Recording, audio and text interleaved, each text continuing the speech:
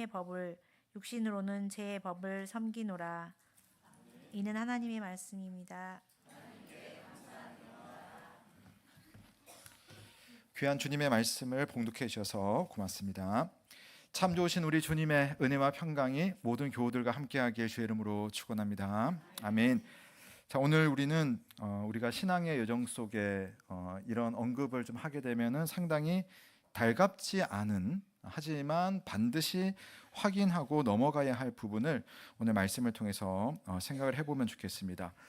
이걸 이제 정직하게 여러분 한번 대면해 보시라고 한다면 이게 고통스러울 수도 있는 그런 주제죠. 그것은 바로 우리 안에, 우리 성도들 안에 여전히 존재하는 죄의 문제입니다. 그러니까 예수 그리스도를 믿고 구원을 받아서 새로운 피조물이 되었다고 고백을 합니다. 근데 왜 우리는 여전히 그 죄가 우리에게 그림자처럼 따라붙고 또 우리를 넘어뜨리려고 하는 것일까? 왜 우리는 선을 행하고자 하는 그런 마음이 있으면서도 또 동시에 악의 마음이 오히려 또 가게 되는 그런 유혹, 그러니까 선과 악, 또 갈망과 유혹 사이에서 왜 고민을 해야 되는 것일까? 우리는 종종 자기 자신에게 그래서 실망합니다.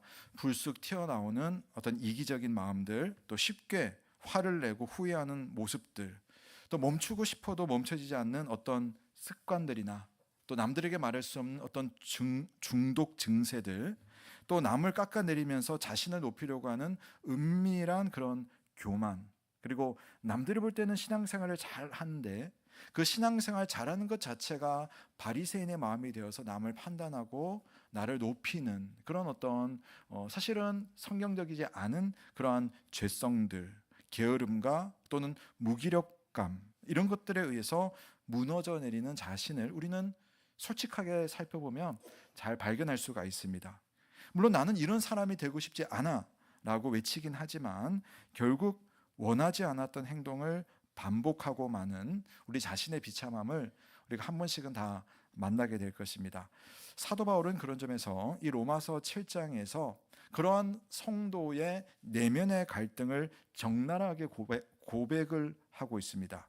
내 속, 곧 내 육신에 선한 것이 거하지 아니하는 줄을 아노니 원함은 내게 있으나 선을 행하는 것은 없노라. 오호라, 나는 곤고한 사람이로다. 이 사망의 몸에서 누가 나를 건져내랴.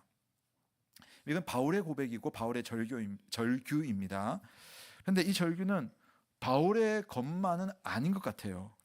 아마 이 말씀을 읽고 있는 이 자리에 앉아 계신 저를 비롯한 우리 모두의 현실이 아닐까라는 생각을 해봅니다. 우리는 의지적으로는 주님을 향해 있지만 또 몸과 마음은 또 끊임없이 옛날의 습관과 또 세상의 죄악으로 되돌아가서 반복하는 경향이 있어요. 이러한 이 신자의 내면의 갈등과 또 죄의 본질에 대해서 깊이 파고들었던 우리 기독교 역사에서 아주 중요한 영적인 거장 한 사람 제가 소개를 해드리려고 합니다.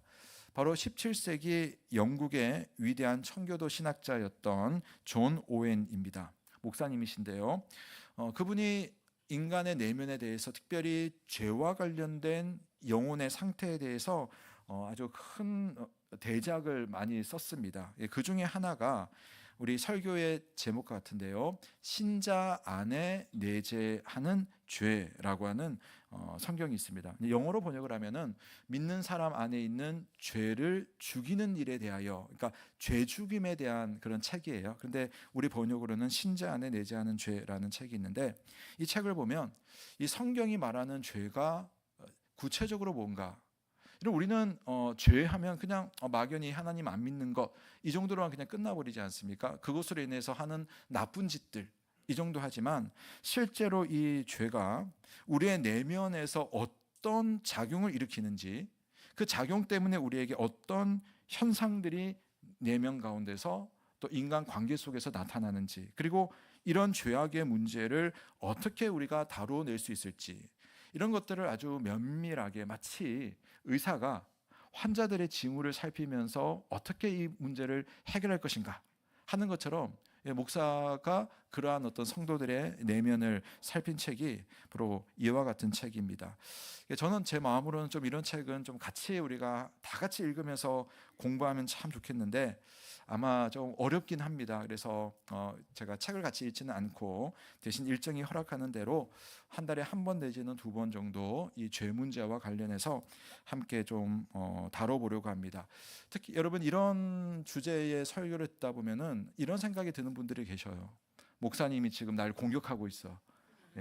제가 좀 오늘은 좀 구체적인 이야기를 하지 않겠습니다만 구체적인 이야기가 들어가게 되면 나를 공격하는 것이라고 느낄 수 있는데 제가 의도는 아니지만 그러나 여러분이 그렇게 받으셨다면 그게 맞아요. 왜냐하면 성령 하나님께서 여러분에게 이런 말씀을 통하여서 내게 주시는 음성이 있는 거거든요. 그래서 기분은 나쁠 수 있겠지만 기분 나빠하시지 마시고 오늘 하나님께서 나에게 이 부분에 대해서 나에 대해서 뭐라고 말씀하시는가 그렇게 여러분 좀 받아들이시면 훨씬 더 좀 마음 편하게 저를 너무 미워하지 않으시면서 말씀을 드릴 수 있을 겁니다. 오늘은 좀 큰 그림만 좀 이야기를 드리고요 12월에 조금씩 구체적으로 말씀을 드리려고 합니다. 우선 여러분 이 죄에 대한 주제에 대해서 사도 바울의 이 7장의 고백이 아주 중요한 통찰력을 가지고 있습니다. 그래서 이 본문을 제가 반복해서 설교를 하려고 해요. 자, 19절부터 23절 말씀 긴 말씀인데요. 제가 한번 좀 빨리 읽어보겠습니다.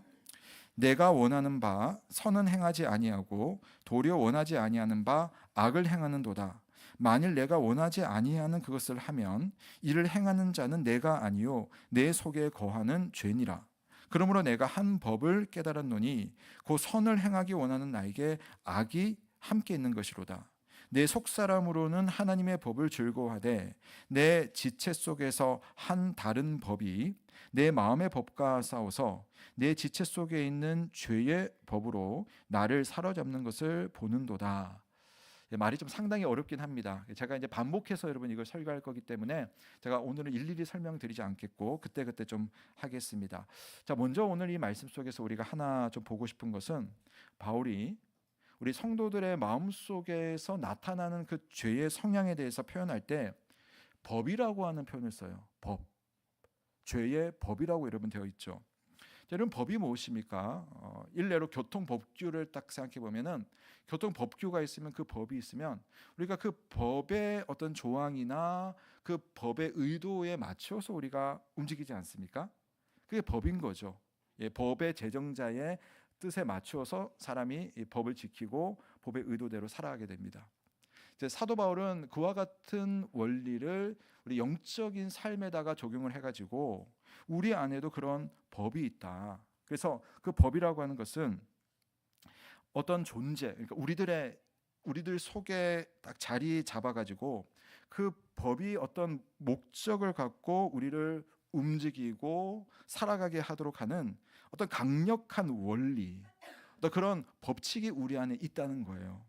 자, 예를 들어서 방금은 죄의 법을 이야기했지만 로마서 8장 2절 말씀에 보면 그리스도 예수 안에 있는 생명의 성령의 법이 죄와 사망의 법에서 너를 해방하였음이라. 자, 여기 두 가지 법이 나와요. 생명과 성령의 법이 나오고 죄와 사망의 법이 나옵니다. 아니 생명과 성령이면 성령이지 왜 그걸 법이라고 하고 죄와 사망이면 그거지 왜 이걸 법이라고 표현하는가. 말씀드렸던 것처럼 이런 것들이 우리의 어떤 삶의 모양과 궤적을 결정하는 그런 어떤 원리가 되고 동력이 되기 때문에 이렇게 표현하는 겁니다. 그래서 오늘 사도 바울은 우리가 살아가는 데 있어서 무엇이 우리를 움직이는 영적인 동력이고 무엇이 우리를 어떤 방향으로 변화시키는 힘인가, 여기에 대한 관심을 가지는 겁니다. 여러분 중력 있잖아요. 중력, 자연계의 중력. 이게 자연법칙이잖아요. 그러니까 모든 물질은 발을 지면에 닿지 않거나 또는 무엇인가가 나를 힘으로 잡아주지 않는다면 어떻게 됩니까? 위에서 아래로 그냥 떨어지게 돼 있어요. 내가 의도한 것이 아니지만 이 자연의 법칙 때문에 우리는 떨어지게 되어 있습니다. 씨앗은 겉보기에는 보잘것없는 그런 작은 알맹이 하나에 불과하지만 이 씨앗 안에도 자연의 원리와 생명의 원리가 있어서 땅에다 심어 놓으면은 언젠가 땅을 뚫고 나와서 자라고 열매를 맺습니다. 자, 자, 이렇게 자연계에서 보이지는 않지만 어떤 존재를 특정한 방향으로 움직이게 하는 근원적인 어떤 힘과 성질을 우리가 자연법칙이라고 하지 않습니까? 영적인 삶에도 이런 영적인 원칙이 있는 거예요. 사도 바울은 그것을 법이라는 표현으로 쓰고 있는데, 자, 바울은 이와 비슷한 방식으로 신자 안에서 종종 나타나는 우리 죄의 성향들 있죠. 각자 알아서 여러분 죄를 짓는 게 아니에요, 여러분. 우리 안에 죄가 가지고 있는 법칙이 있어서 그 법칙이 우리로 하여금 죄의 성향대로 가게 만드는 겁니다. 자, 7장 23절 말씀 우리 한번 같이 읽어보겠습니다. 시작. 내 지체 속에서 한 다른 법이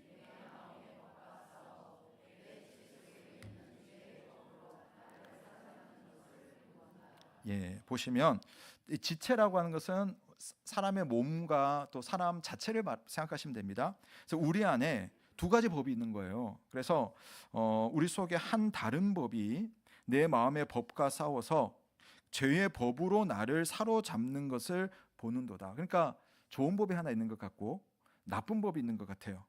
우리의 마음은 좋은 법을 따르려고 하는데 이 나쁜 법이 와가지고 우리를 좋은 법으로부터 끊어버리고 그 나쁜 법이 가고자 하는 방향으로 우리를 끌고 가는 그런 모습을 사도 바울이 봤다는 거예요. 자기 인생에서, 자기의 삶에서. 그러니까 이제 이 죄의 법이라고 표현을 함으로써 이 죄가 우리 가운데서 깊숙이 자리 잡아서 우리의 생각과 우리의 감정과 우리의 행동을 죄악으로 끌어가려는 강력한 원리로 작용을 하고 있습니다. 이건 뭐 제가 사실은 설명 안 드려도 여러분 다 아실 겁니다. 여러분 새해마다 여러분 다짐하는 거 있잖아요. 올해는 담배를 끊으리라. 올해는 스마트폰 줄이리라. 여러분 그거 일주일 지나면 다 이게 죄송합니다 표현이 도로함이 타불이 되지 않습니까? 다 다시 여러분 돌아갑니다.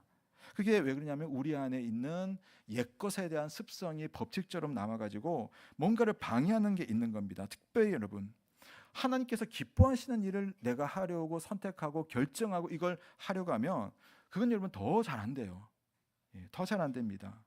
놀랍게도 우리는 자신도 모르게 그 죄를 끊으려고 했지만 똑같은 죄의 패턴 속에서 반복적인 삶을 사는 것을 나중에 발견하게 됩니다. 아무리 노력해도 끊어내기 어려운 그런 것들이 있어요. 여러분에게 사람마다 달라요. 어떤 사람은 분노, 어떤 사람은 시기, 어떤 사람은 게으름, 어떤 사람은 정욕, 어떤 사람은 폭력, 어떤 사람은 남에게 험담하는 그러한 죄들, 이런 것들이 마치 내 속에 프로그램이 내재되어 있는 것처럼 말씀을 듣고 기도하면서 나 그거 끊어내야지 했지만 다시 돌아와서 그것을 하고 있는 내 자신. 여러분 아마 끊임없이 스스로를 발견할 것입니다. 바로 이것이 우리 안에 강력하게 역사하는 죄의 법칙이 만들어내는 우리의 현실이라는 겁니다. 끊임없이 다짐하지만 실패하는 것. 여러분 이 죄는요, 우리가 예수님을 믿은 이후에도 우리 안에서 죽지 않고 시퍼렇게 살아 움직여요. 예수님께서 십자가에서 우리의 죄 문제를 다 해결했다고 목사님이 이야기를 하고 선포를 했는데 사실 여러분 현실을 보면 죄 문제가 없어진 거 아니거든요. 죄에 대한 책임을 예수님께서 짊어지고 돌아가셨을 뿐 실제로 죄의 영향력은 여전히 우리 안에서 남아 있습니다. 그래서 기회만 있으면 그 죄의 법이 우리의 영혼을 무너뜨리려고 하는 겁니다. 우리의 지성과 우리의 감정과 우리의 의지를 파고들어서 악을 행하도록 부추기는 내면의 강력한 힘이 여러분 안에 지금도 있어요. 우리는 이 죄의 법의 실체를 인정해야지만 그 인정하는 그 시점부터 내가 영적인 싸움을 하고 있구나. 나는 그냥 예수 믿고 다 끝났다가 아니라 여전히 내 안에는 영적인 싸움이 있구나라는 것을 알고 그것이 무엇을 의미하는지를 고민하면서 그 싸움을 진짜 제대로 할 수 있는 그런 출발점을 삼을 수가 있는 겁니다. 바울에게 일어난 일이 바로 이것이었어요. 자, 21절을 다시 보시면 그러므로 내가 한 법을 깨달았노니 곧 선을 행하기 원하는 나에게 악이 함께 있는 것이로다. 자, 바울이 깨달았다고 합니다. 보통 우리가 깨달았다, 우리 좀 동양적인 배경에서는, 또 불교적인 배경에서는 뭔가 이렇게 수행하다가 갑자기 내리를 스치는 그런 깨달음을 많이 생각하는데, 오늘 바울은 그런 것이 아니에요. 그러니까 지식적으로 고민 많이 하다가 또는 책을 읽다가 깨달았다, 이것이 아니라 지금 바울이 말하는 것은 내 안에 있는 법을 실제로 내가 경험했다, 이 말이에요. 내가 살아보니까 진짜로 그렇더라. 뭐가 그러냐면은 나는 선을 행하는 마음을 가지고 있는데 희한하게도 내 안에 악이 함께 있더라는 거예요. 그래서 선보다 악이 이겨가지고 나를 악의 그런 성향으로 끌고 가는 것을 내가 보았다. 그래서 깨달았다는 표현을 하는 겁니다. 여러분, 우리가 암이라고 하는 질병, 뭐 우리 한국 사람들 모르는 사람 없죠. 여러 가지 질병이 많은데 암이 가지고 있는 그 무서움이라든지 또 치료의 과정의 어려움이라든지 또 그 결과라든지 우리가 잘 알고 있습니다. 그런데 그걸 아는 것과 유튜브를 통해서, 책을 통해서 아는 것과 실제로 내가 암을 걸려가지고 그 암에 대해서 고민해보고 치료해보고 또 회복해보는 그런 과정들을 가진 사람과는 암에 대한 지식이 여러분 완전히 다른 거지 않습니까? 지금 바울이 깨달았다라고 하는 이 표현을 쓰고 이 로마서 7장을 쓸 때는 바울이 나는 똑똑한 사람이니까 이걸 깨달았다, 그 말을 하는 것이 아니라 진짜 내 안에 이처럼 죄악의 성향들이 불쑥불쑥 튀어나오는 것을 경험하고 나서, 그래서 그것을 가지고 우리에게 진실된 권면을 하고 있는 겁니다. 로마서 7장에서 그런 점에서 바울이 이 고백을 할 때 당시에 바울은요, 예수 안 믿는 사람이 아니었어요. 여기 보면 아니 이 사람이 무슨 지킬 박사와 하이드도 아닌데 선을 했다가 악을 했다가 왔다 갔다 하고 있어요. 그걸 보면 이 사람은 아직 예수님을 안 만난 시기에 쓴 글이 아닌가, 그 시기를 쓴 것이 아닌가 싶지만 문맥을 보시면 바울은 이미 이때 예수님을 만나고 그분을 자신의 마음속에 모셔들인 그 상태입니다. 그러니까 그리스도인 신자였어요. 그런데도 바울이 이토록 강력하게 역사하는 죄의 법에 대해서 이야기를 하는 것은 그만큼 자기 안에 그런 일들이 막 일어나는 것을 경험을 했던 겁니다. 종교개혁에 불꽃을 지폈던 마틴 루터, 이 사람도 여러분 그 수도사였지 않습니까? 이 수도원에서 자기의 이 죄 문제를 처절하게 몸부림치면서 해결하려고 했던 사람이 마틴 루터였어요. 그래서 철저하게 금욕을 했고 끊임없이 고행을 했고 참회를 하는데 하루를 살면서도 내가 하루가 지나면서 내가 한 문제라도 회개하지 못할까 봐 자기보다 위에 있는 수사들을 붙들고 이 참회 기도를 막 하는데 나중에는 선배들이 질려버리는 거예요. 나 좀 찾아오지 말라고, 그런 문제 가지고 날 찾아오지 말라고 할 만큼 자기의 어떤 내면 안에서 일어나는 그 문제에 대해서 아주 고민하면서 했던 사람이 바로 루터였습니다. 그런데 루터의 이러한 내면의 고통은 아무리 애를 쓰고 아무리 스스로 노력을 해봐도 그 안에 뿌리 박혀 있는 그 죄의 권능이 얼마나 큰지 끊임없이 이게 솟아나오는 겁니다. 여러분, 루터만 그렇습니까? 하나님의 선한 말씀을 전하는 우리 설교자들이야말로 그 말씀을 선포하긴 했지만 사실은 강단 밑에 내려오는 그 순간부터 그 말씀을 제대로 지키고 있지 못하는 자기 자신을 항상 직면을 하고 있어요. 사랑하라, 설교자 말을 잘하죠. 근데 얼마나 돌아서서 미워하는지. 섬기십시오. 그런데 얼마나 우리는 섬김받기를 훨씬 더 좋아하는 족속들이 설교자인지. 용서하라 라는 말을 하면서도 마음속에는 남들 모르게 누군가를 저주하는 것을 쉽게 거두지 않습니다. 그런데 여러분, 저만 그렇습니까? 여러분, 돌을 들어서 누구에게 던진다면 여러분 저에게만 던지시겠습니까? 사실 여러분들도 그런 사람들 아닙니까?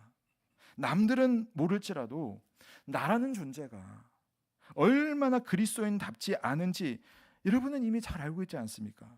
하루에도 몇 번씩 자신의 실체를 확인하고 있지 않습니까? 자, 그런데 제가 말씀드리고 싶은 것은 바로 이 점이에요. 이 점. 자, 뭐냐면 우리가 그런 것을 고민하게 되고 그런 내 자신을 안다라고 하는 것은 바로 그 자체가 여러분이 하나님의 사람들이며 성도이며 신자라는 하나의 증거라는 거예요. 우리가 영적으로 성장할수록 여러분, 외적으로 죄를 짓지 않더라도 영적으로 성장하게 되면 그 눈을 가지고 아주 미묘하고 교활하게 활동하는 내 내면의 죄악들을 발견하게 됩니다. 내가 남들은 모르지만, 남들은 목사님 잘하고 계세요 하지만 내 안에서 얼마나 그런 악한 생각들이, 부끄러운 그런 행동들이 남들 모르게 일어나고 있는지 그 스스로가 더 깊이 알게 되는 거죠. 죄의 법이 나를 흔들고 있구나, 그렇게 자각하는 사람, 바로 그 사람이 성도예요. 자신의 비참함 때문에 가슴이 아프고 그 점을 두고 하나님 앞에 기도하고, 그래서 더 주님을 의지하고 성령의 은혜를 구하는 사람, 그 사람이 바로 성도라는 사실을 믿으시는 저와 여러분 되시길 주님의 이름으로 축원합니다. 여러분, 죄가 있으면 그 죄에 순응하면서 사는 사람은 죄가 있다는 것, 그 존재를 잘 의식하지 못해요. 사람이 여러분, 그 물놀이 할 때 이 강에서 이렇게 물을 따라서 여러분 흐르다 보면은 물의 흐름을 잘 못 느껴요. 흐름 속에 있다 보면. 근데 언제 알 수 있냐면은 그 흐르는 물을 내가 거슬러서 한번 가보려고 하면, 야, 이게 물살이 이렇구나 하는 것을 그때야 알게 되는 겁니다. 마찬가지로 우리가 하나님의 말씀 앞에 비추어서 내 삶을 살피고, 그래서 죄를 거슬러서 한번 헤엄치고자 하는 사람은 이 죄의 강력한 흐름을 온몸으로 느끼면서 이 고통스러운 영적인 싸움을 하게 되는 거거든요. 바로 우리 안에 이 싸움은, 이런 싸움이 있어야지 우리가 영적으로 살아있다는 증거예요. 그게 없으면 영적인 감각이 죽어있기 때문에 내 상태를 여러분 우리가 잘 이해를 하지 못하는 겁니다. 자, 7장 21절 다시 한번 읽어보겠습니다. 시작.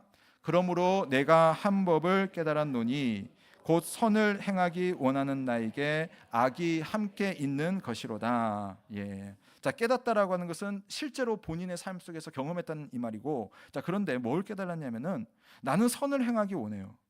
그런데 내 안에 정말 다른 악이 함께 있는 것이다라는 그런 것도 같이 알게 되는 겁니다. 그러니까 먼저 여기서는 내가 선을 행하기 원하는 새로운 본성을 가지고는 있구나 하는 것을 이제 분명히 알게 되는 겁니다. 자, 연결을 해보면 바로 이것이 성도의 상태이면서 역설적인 그런 모습이면서 또 이게 여러분 비신자와의 결정적인 차이점이에요. 비신자는 죄의 지배 아래 기본적으로 있기 때문에 실제로 선행을 한다 할지라도 그 속에 악한 동기가 보이지 않게 들어가 있고 하나님 안에서 해결되지 않는 그 속에서 그것을 노력하고 추구하는 겁니다. 그런데 신자는 예수 그리스도 안에서 성령으로 거듭났기 때문에 하나님의 은혜로 인해서 이 선을 향해서 지속적이고 주도적인 그러한 열망과 의지가 존재하는 겁니다. 한마디로 성도는 선을 행하기 원해요. 우리 안에는 하나님의 생명이 있고 그 생명의 씨앗이 우리를 죄로부터 멀리하고 선으로 이끌려고 합니다. 그래서 우리는 지금도 하나님의 말씀 앞에서 마음을 다잡고 더 거룩한 삶을 살기 위해서 애쓰고 노력을 하죠. 또 어떤 분들은 죄를 지을 때마다 하나님 앞에서 마음 아파하고 그래도 회개하려고 노력을 하는 겁니다. 이러한 내면의 영적인 발버둥 자체가 우리가 하나님 앞에 새로운 피조물이 되었다는 증거인 것이죠. 그러나 분명한 것은 이렇게 선을 원하고 성령이 내 안에 있음에도 불구하고 우리 신자들 안에는 여전히 죄가 존재한다는 사실입니다. 존 오웬은 이 부분을 아주 명확하게 깨뜨려 보면서 이렇게 이야기를 하더라고요.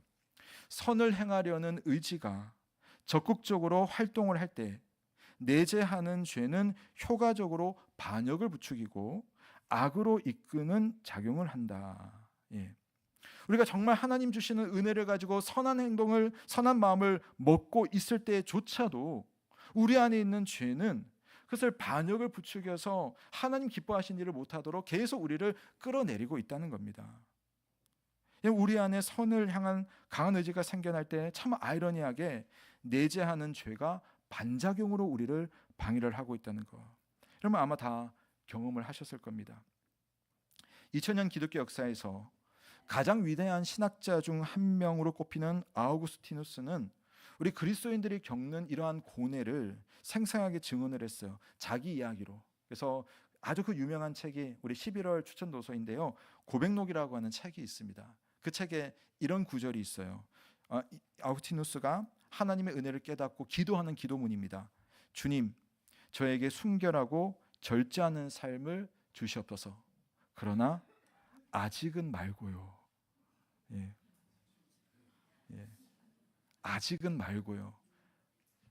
여러분 아시죠? 이게 무슨 말인지. 이걸 설명을 했어요.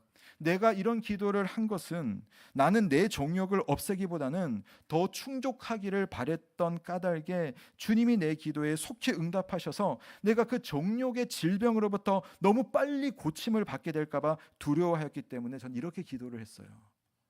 이게 바로 여러분 우리 안에 있는 죄가 하나님의 일을 붙잡고 있는 그러한 모습인 것입니다. 여러분 이 아우구스티누스의 정직한 고백은 오늘날 여러분과 제가 다 겪고 있는 영적인 갈등입니다. 자, 22절 말씀해 보면 내 속사람으로는 하나님의 법을 즐거워하되 내 지체 속에서 한 다른 법이 내 마음에 법과 싸워 내 지체 속에 있는 죄의 법으로 나를 사로잡는 것을 보는도다. 오호라, 나는 공고한 사람이로다. 이 사망의 몸에서 누가 나를 건져내랴. 여러분, 여러분 솔직히 여러분 자신들이 거룩한 삶을 살고는 싶지만 살기가 어려운 것은 당연한 겁니다. 당연한 거예요. 누군가를 사랑하고 용서하는 것이 그렇게 어려워요. 여러분 이상한 것이 아닙니다. 나만 특별히 잘못돼서 그런 게 아니라는 거예요. 우리 안에 있는 죄의 법이 우리를 꽉 붙잡고 있기 때문에 그것을 우리가 감당하지 못합니다. 어떤 사람들은 그걸 못 느끼는 것이 문제이지 내 못나고 이 추한 마음을 내가 스스로 보고 있다면 이 문제를 가지고 가슴치며 아파할 수 있는 사람이라면 그 사람은 이미 성도로서 정상적인 그런 여정과 반응을 하고 있다는 말씀이에요. 하나님께서 기뻐하시는 그 일을 내 영혼이 기뻐하더라도 실제로 그렇게 살아가기까지에는 반드시 영적인 씨름이 있어야 됩니다. 저절로 되는 건 없어요. 그래서 자기 내면의 이런 현실을 바울처럼 솔직히 인정하고 자기를 들여다보는 것이 중요합니다. 근데 많은 사람들이 특별히 신자들이 평생 자기 자신에 대해서 그냥 어둠 속에서 머물러 있는 것을 그냥 괜찮아하는 사람들도 있어요. 근데 사실 보시면 우리가 얼마나 나의 외적인 상태는 잘 살핍니까? 내 자산이 지금 얼마 있는지 여러분 지금 머릿속에 다 들어가 있습니다. 내 건강의 상태는 어떤지 다른 사람 몰라도 나는 잘 알아요. 또 여러분 교회 올 때도 거울 보면서 머리카락 삐진 거 이런 거 다 확인하면서 여러분 다 오시지 않습니까? 외면은 잘 살펴요. 근데 정작 우리의 내면, 영원한 하나님의 나라, 그 속에서 살아가는 삶의 원리에 대해서 우리는 얼마나 어두움 가운데 있는 것을 당연하게 여기고 있습니까? 자기 마음속에 도사리고 영향을 미치는 그 죄악에 대해서 마땅히 알아야 되는 지식을 우리가 추구하지 않은 채 우리는 살아가고 있지 않은가? 그 물의 흐름 속에 나는 그냥 있지는 않은가? 사랑하는 여러분, 악한 원수는 여러분의 바깥에만 있는 것이 아니라 바로 여러분 안에서 교묘하게 존재하면서 여러분을 넘어뜨리려고 합니다. 이 영적인 사실을 깨닫고 또 주님 앞에서 내 자신을 살피려고 하지 않는다면 우리가 언제나 넘어져도 사실 아무렇게 이상하지 않습니다. 그래서 우리는 우리 안에 존재하는 이 죄의 법을 첫 번째 인정하고 또 이것과 대적할 수 있는 그런 준비를 해야 됩니다. 이 싸움은 우리가 천국에 들어갈 때까지 멈추지 않을 겁니다. 어떻게 싸울 것인가? 시간이 너무 지나버렸습니다. 그래서 이 이야기는 여러분 12월에 여러분 말씀 드리겠습니다. 오늘 제가 설교를 너무 길게 해서 죄송하고요. 자, 우리 한번 제가